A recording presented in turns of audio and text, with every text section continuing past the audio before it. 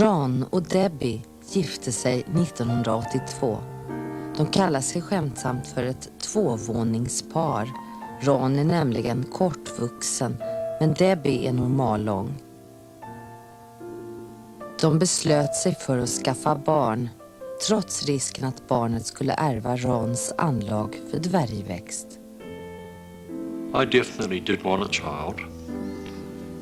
Although I knew the odds were 50-50, I believed in my own mind they're 80-20.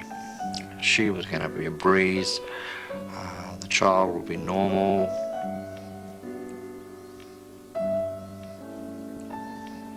But then, when Holly was born, I suddenly had a real dose of the guilt.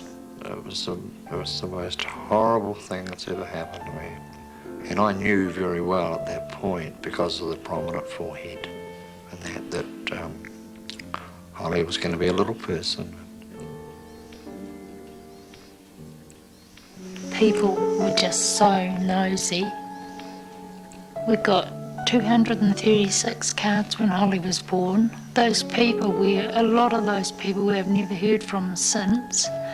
First day out of hospital, we got 37 visitors, and we haven't seen half those people again, and people just wanted to have a look and then go away.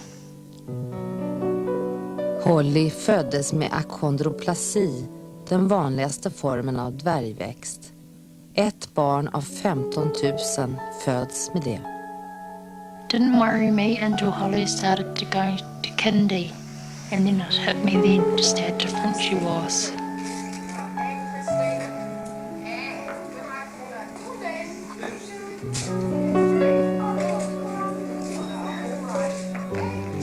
And her first day at school, that was dreadful.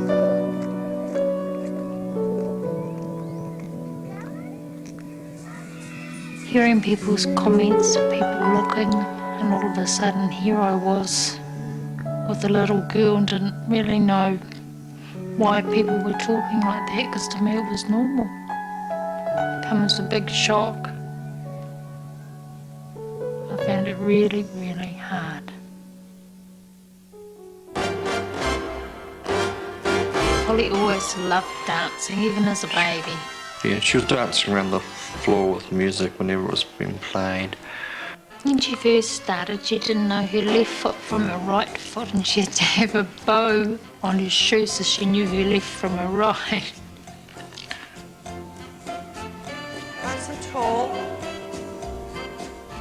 Nu är Holly 12 och hon har dansat i 6 år. I like my dancing because it's like a part of me that's coming out, and it's opening me up to a new world, and I can get somewhere with it. When I first started dancing, I thought I'm just going to dance and get a whole lot of medals, and that's going to be the end of it.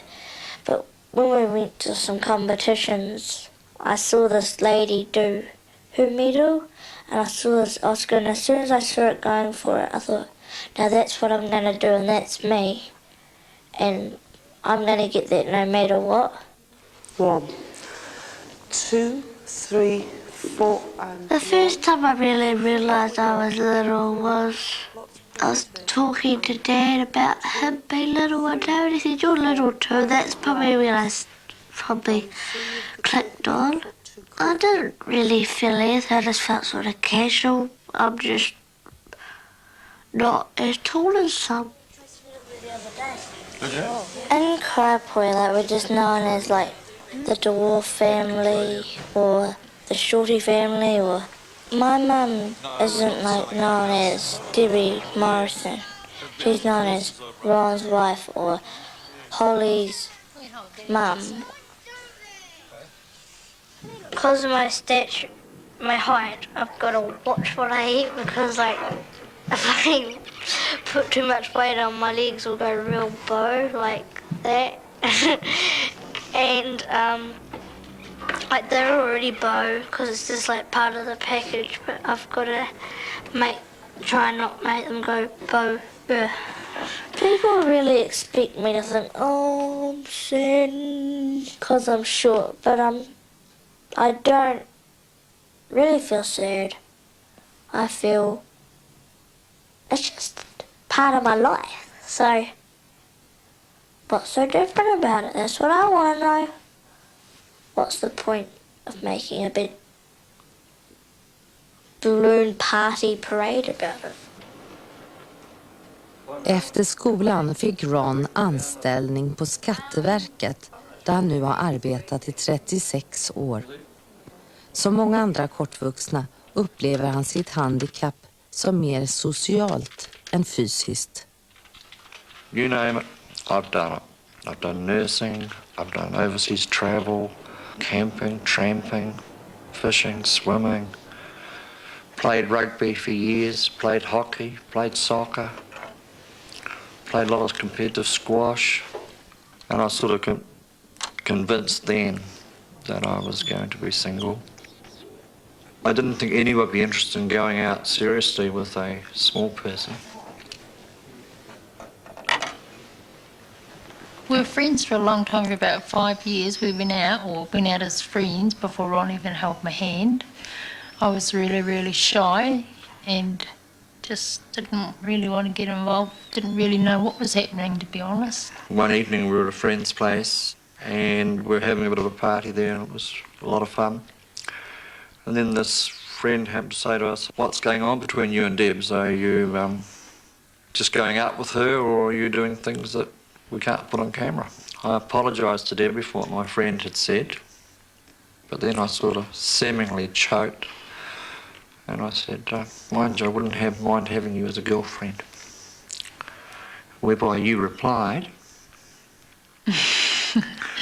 I wouldn't mind having you as a boyfriend. And then we drank a bottle of bourbon together. drank a bottle of bourbon. It was really neat. Best day of my life. Ron's height for me wasn't an issue because, I mean, I accepted Ron the way he was and he accepted me the way I was. I was very big then, and people just took me as they found me, and Ron as they found. If they didn't like it, it was them that had the problem, not me. I never, ever saw Debbie as big. And I still don't see Debbie now as slim. I see Debbie as Debbie, the Debbie I've always known and always respected and loved.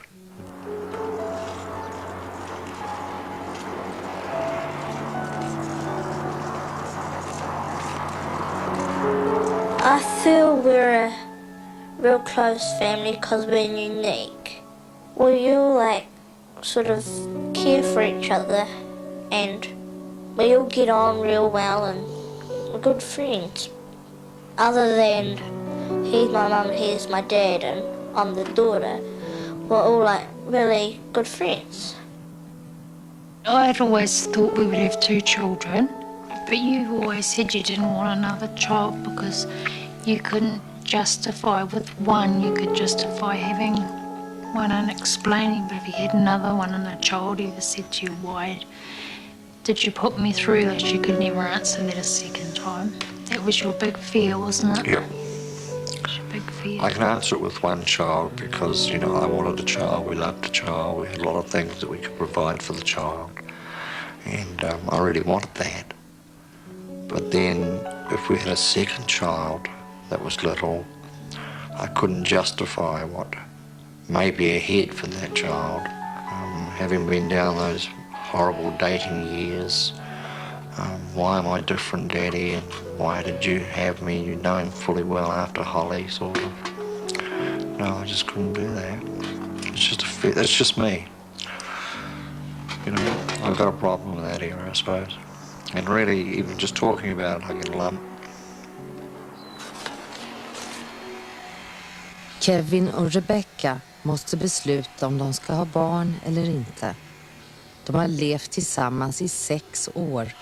Båda har akondroplasi.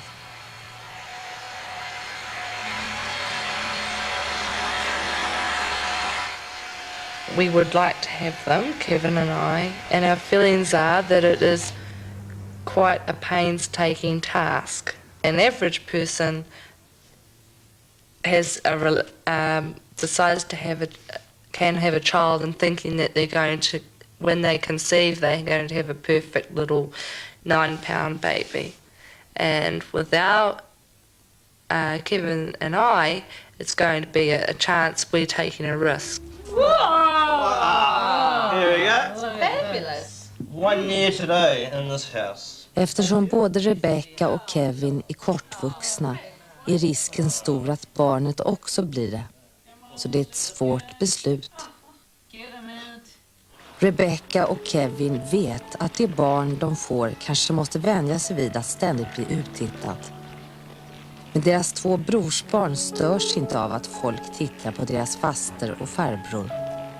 When we're out in the crowd or whatever like that, it doesn't seem to bother them that we're short.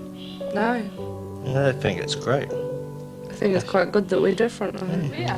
And when kids or people are looking at us, they always look at us and laugh, thinking probably it's a great joke. These other people are staring at us.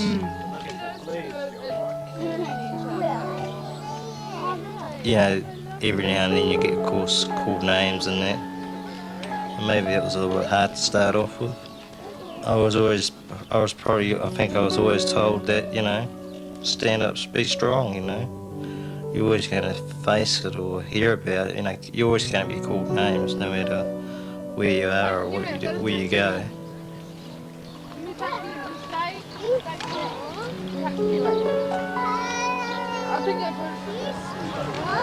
When I was younger, I probably would get offended a lot easier. Being small, it's something that you come across every day. Little bed.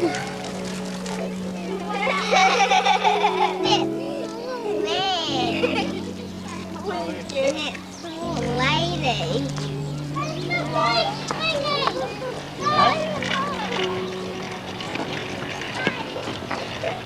When I've mentioned it to people or discussed it with people about it, if Kevin and I had a child and it was achondroplasia like us, a lot of people are happy and say, "Oh, great, wonderful."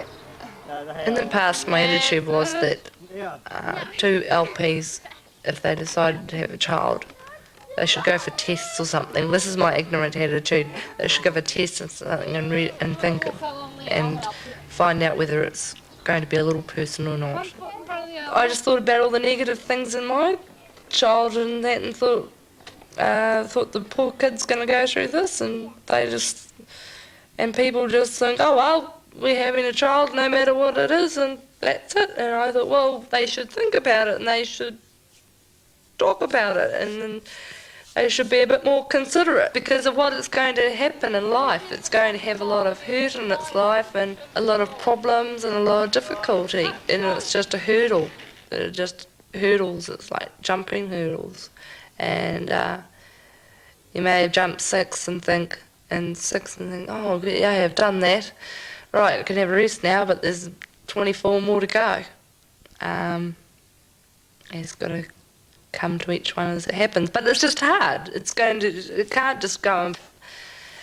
When you're a baby, you've got to experience kids being cruel and kids being cruel at school and teenage years and going to new schools and explaining to the kids what you are and learning to ride a bike and learning to swim and learning to walk and not fall over and having the experience of having bowed legs and having an operation to get them straightened, having back problems later on in life, general public pointing you out and saying, look at that funny person, And when you're there by yourself and you got no one there to say, help! Ground open me up and swallow me. Being a teenager and wanting to go to the local skating rink and just wanting to meet the local guy that you've got a crush on and saying, oh, can you skate with me? And him just ignoring you. And having a girlfriend that's really cool and really popular and what you call at the time, well, she's really pretty and she's getting asked out to go to the local dance when you're 11 and intermediate, and you're not getting asked. And just rejection and cruel people being cruel. And it's just, and being you've just got to learn to overcome it, and you just got to learn to handle it. If you don't handle it, you're just going to stay there and just be a recluse or something. Rebeckas dvärgväxt blev en chock för hennes föräldrar som har normal längd. I 90% av fallen är dvärgväxt en genetisk tillfällighet. The night she was born, I felt something was wrong because everyone seemed to leave the theatre and just leave me there. And then it seemed after a long time they came back and gave me an injection, and the next thing I remember waking up in the morning and the doctor standing in there in the room talking to me, and the specialist saying, oh, have any of your children looked like that before? And I said, looked like what? I haven't seen her. And he said, oh, someone go and get the baby. And that's when I first saw her, and I said, oh, well, one of my sons and my mother-in-law laughed when she saw him because he looked so ugly. And he said, oh, we think there's a problem. But I had no idea if she was achondroplasia. I didn't even know what that was. I've got mixed feelings because I know Becky loves children and she's really good with children. But then she also loves animals just as much, I think, do you? Yeah. I just think when she was having her really bad times, she always accused me and said that it was my fault. And she, you know, really with real venom just hated me when she had those moments and never cared. It was always my fault. She said that she was a dwarf. I don't know why she even got that in her head, but she did. So the way I look at it, I said, well, you know, if you have a child and then when they're going through their bad time and they accuse you, well, you are to blame because you knew. I didn't know. So either way, she's not going to win. I don't think Kevin is that strong in wanting children.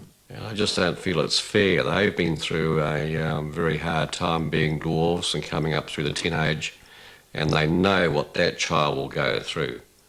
So therefore, I think they should, you know, keep their love through animals and things like that and just enjoy themselves. Kevin och Rebecca vill få veta så mycket som möjligt om de genetiska riskerna. De får träffa genetikern Jenny Giles som själv har en mycket sällsynt typ av dvärgväxt. Hon är en av de mest kortvuxna människorna i Nya Zeeland. Okay, there are 4 possible outcomes. 1 time out of 4, the child would inherit the unaffected gene, be unaffected, no problem. 2 times out of 4, it would inherit the affected from one, the unaffected from the other, and therefore be like its parents. And then 1 time out of 4, it would inherit the affected gene from both, which results in the double dominant or the double dose. And usually in the dominant disorders, when you get this double dose, it is considered lethal. You know, the problems, the physical problems are so overwhelming that it's very unlikely that an affected person will survive beyond the childhood stage. Now, it is possible in 1997 to do genetic testing for achondroplasia. What age would you be pregnant? How many weeks? Well, we can do the earlier test, the CVS test, as early as 10 and a half weeks of pregnancy. And it would probably take about 2 to 3 weeks to get the lab results back, so that we would know by the earlier second trimester stage of pregnancy what exactly the status was of the fetus. Forskningen har alltså gått framåt så pass mycket att Kevin och Rebecca redan på ett tidigt stadium kan få veta hur det står till med fostret och kan överväga abort. Men just nu tycker båda att frågan känns alldeles för svår. When the right time comes, whether it's next year or a couple of years down the track, when Rebecca and I feel that, this is the time, we'll go and take it from there. There's a 50-50 chance for this, there's a 25 chance for that, and a 25 chance. Okay, that's good. That's what we know. So, now Rebecca and I know about that. So when we come to the time to, or when the right time Feel like we have children, we want then to we have know. children in our life. But at the moment, it's just a bit of an awkward subject. But it's just something that's just so. It's scary and it's real scary, and it's just, and Kevin and I really haven't sat down and talked about it for even an hour.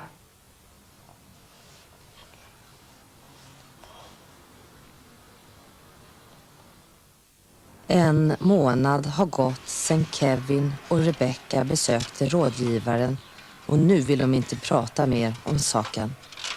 Istället går de in för att renovera huset. I just absolutely love this house. It wouldn't be my ideal house. Some people would say they want $800 million house. But I just love this house. I don't know, I think about it. I don't know, the karma or the aura or whatever you call it. But it's just something about it. It was a house that we like to add on to. Like we've done the liner in the kitchen now, we've done the tiling and that.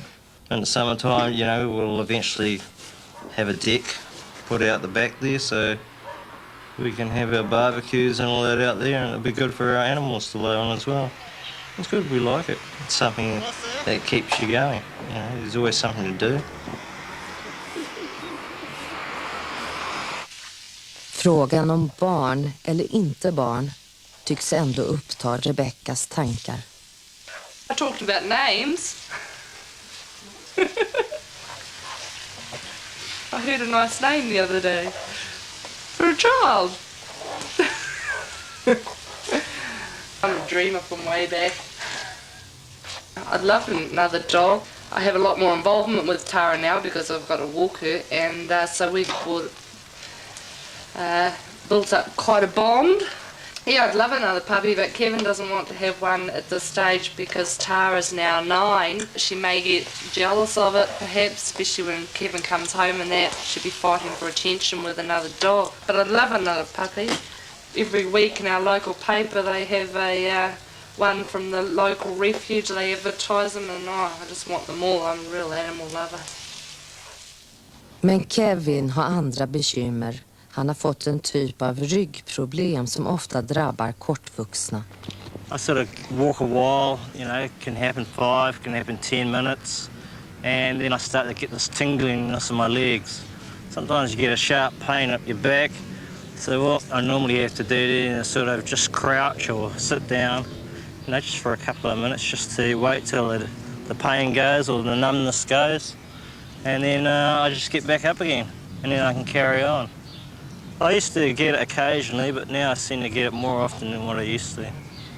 I've been to my GP and then he sent me on to the spinal specialist.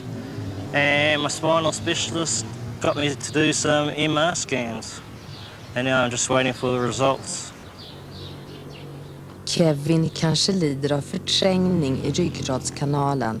Nerver kommer i kläm och det kan leda till förlamning. Men en operation är inte riskfri. Det har Ron fått erfara. Visserligen går han bättre efter sin operation, men han har svårt att böja sig och lyfta saker. Och han har dessutom drabbats av impotens. After a month in Christchurch Hospital, it was about 3 weeks I suppose, the surgeon came round and he said, well, we've decided we're going to operate. Of course you realise there's a high risk that you will never walk again. And that was my real introduction as just to how serious this really was. We probably would not have had any more children anyway. I find it exceptionally frustrating. We're a normal couple and we have affections for each other. I sort of destroy myself in that. Proverna är klara och de visar att Kevin har en förträngning i ryggradskanalen. Nu träffar de kirurgen för att diskutera vad som måste göras. I still get it, the problem. I can still get it when I'm standing. When I'm standing, I still get the numbness in my legs. The reason that you get into that problem is because the spine is narrowed. And when we look in the cross sections, we see that it is very small in the middle here where the nerves are compared to the x-ray of a normal person.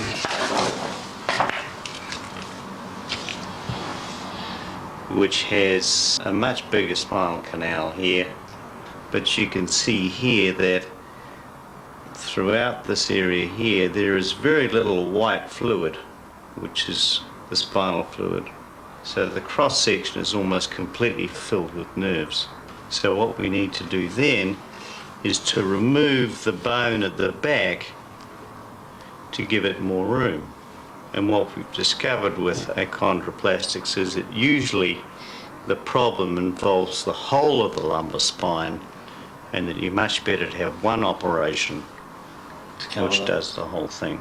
There are certain risks in this operation, but I think the risks are acceptable. It would be highly unlikely that you would be paralysed by this operation. Right. Oh, that's good.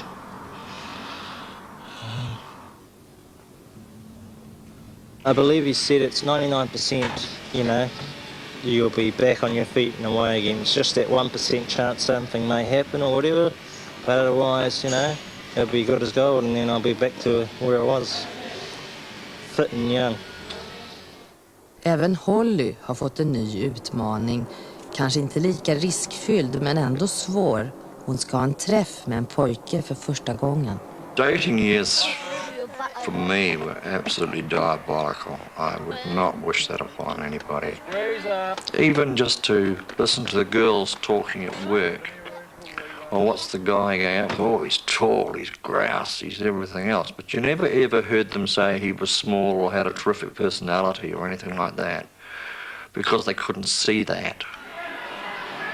Dad's warned me about the dangers of the hardest. I think he's sort of just saying it's harder because everyone else is going to have boyfriends or girlfriends and I'm not. But it doesn't bug me now, so why should it bug me then? That's what I think he's talking about. I don't know.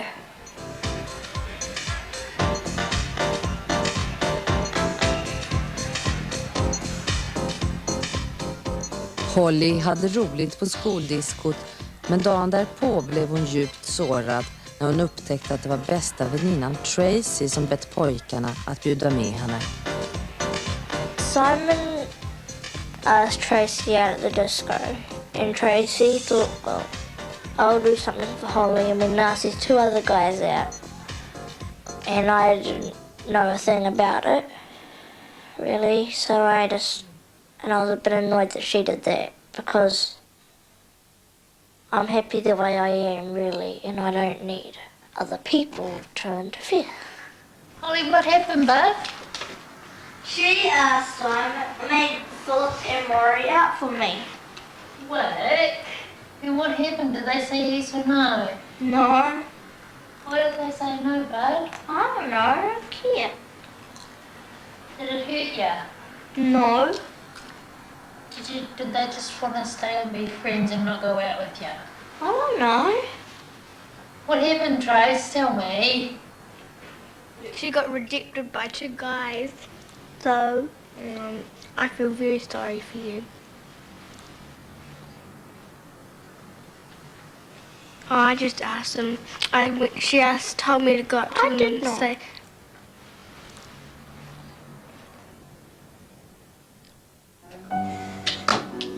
You're welcome to walk with us to the door. Oh, no, it's all right. Do you want me to walk you to the door? No, if you want. You can walk just towards there, so we'll sit you later.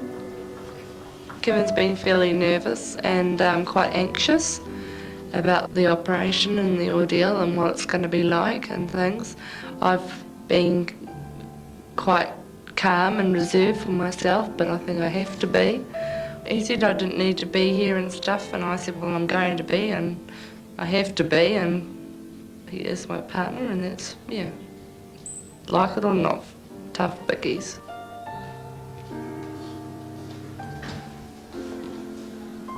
Kevin is a very independent person, but yeah, he doesn't like fuss and bother and too much attention or whatever, whereas I'm different like that, so.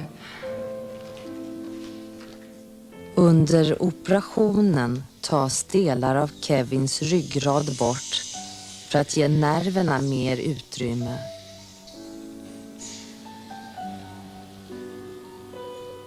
Ingreppet tar 5 timmar. Dvärgar lever i allmänhet lika länge som andra människor, men de drabbas ofta av svåra fysiska besvär. Rebecca har känt av samma symptom som Kevin, och hans operation ger henne anledning att fundera över sin egen framtida hälsa.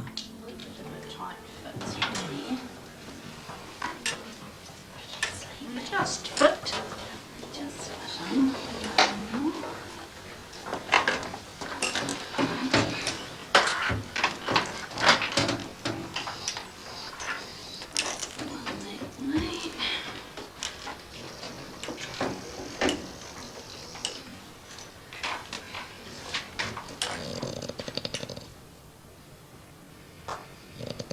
You must be already snoring.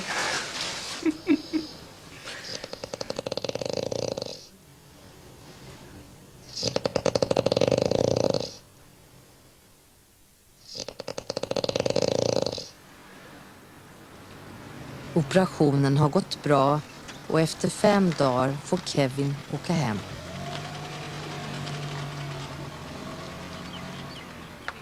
Han går obehindrat och om 6 veckor räknar han med att vara i form för de kortvuxnas årliga konferens.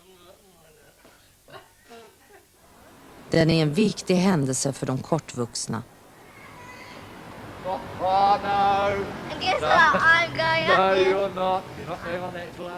Gamla vänner får chansen att återse varandra, och här är de kortvuxna för en gångs skull i majoritet och slipper känna sig udda. It enables the new people to get together and enables us to renew acquaintances. And I think this year in particular would be great for Holly to have a bit of a chat and that to Rebecca.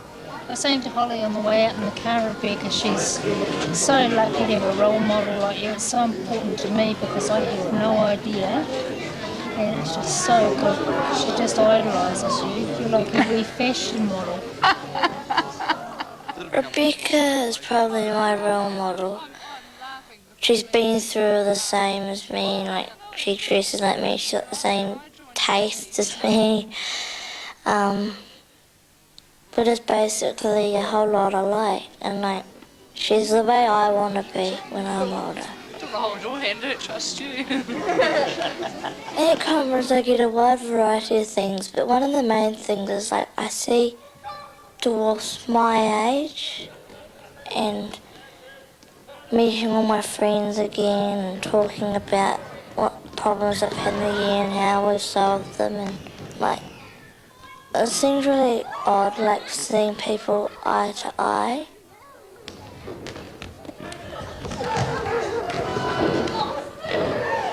I absolutely hate it. I feel like I'm the old one out. I don't feel comfortable with it. I really, really don't like it. I go for Ron and Holly, but I struggle with it while I'm there. I feel like I'm the old one out. They were in their little group and their little cliques, and I'm out here. We are a close family, and Ron and Holly at conference I feel like they're all together and I'm sort of on the outer. Yeah. I would prefer that Ron and Holly went to conference and I didn't go. That's how uncomfortable I feel with it. It's just not me.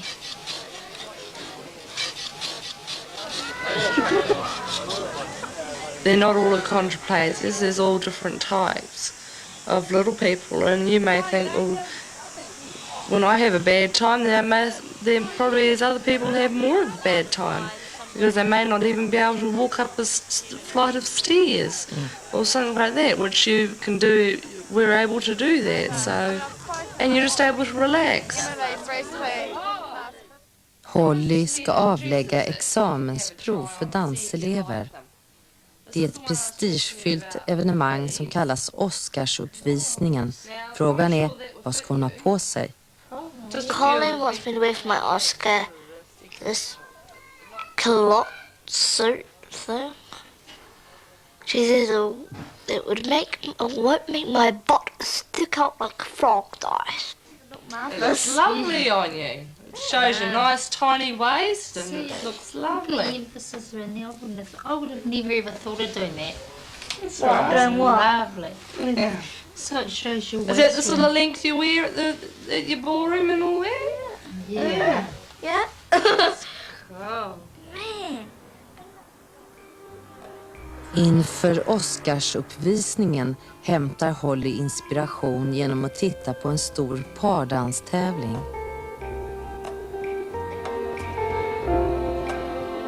This is really the first real big competition I've really ever been to. So I'm sort of a bit excited.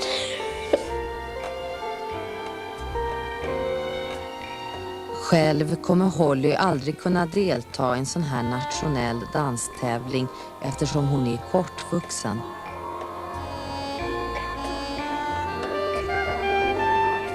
Debbie and I fully realise that she will never do competition dancing. She needs to have a partner, not only her age, but her height. Let's be realistic. She'll never achieve that, but it doesn't mean to say she can't enjoy dancing. My main dream really is to be a ballroom dancing teacher or a judge, but mainly a teacher.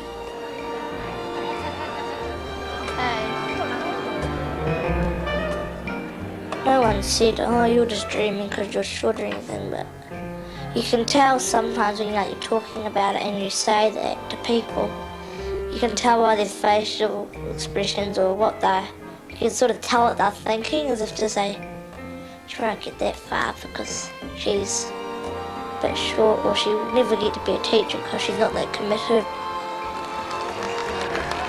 It doesn't really bug me that much because I know inside me that I can do it.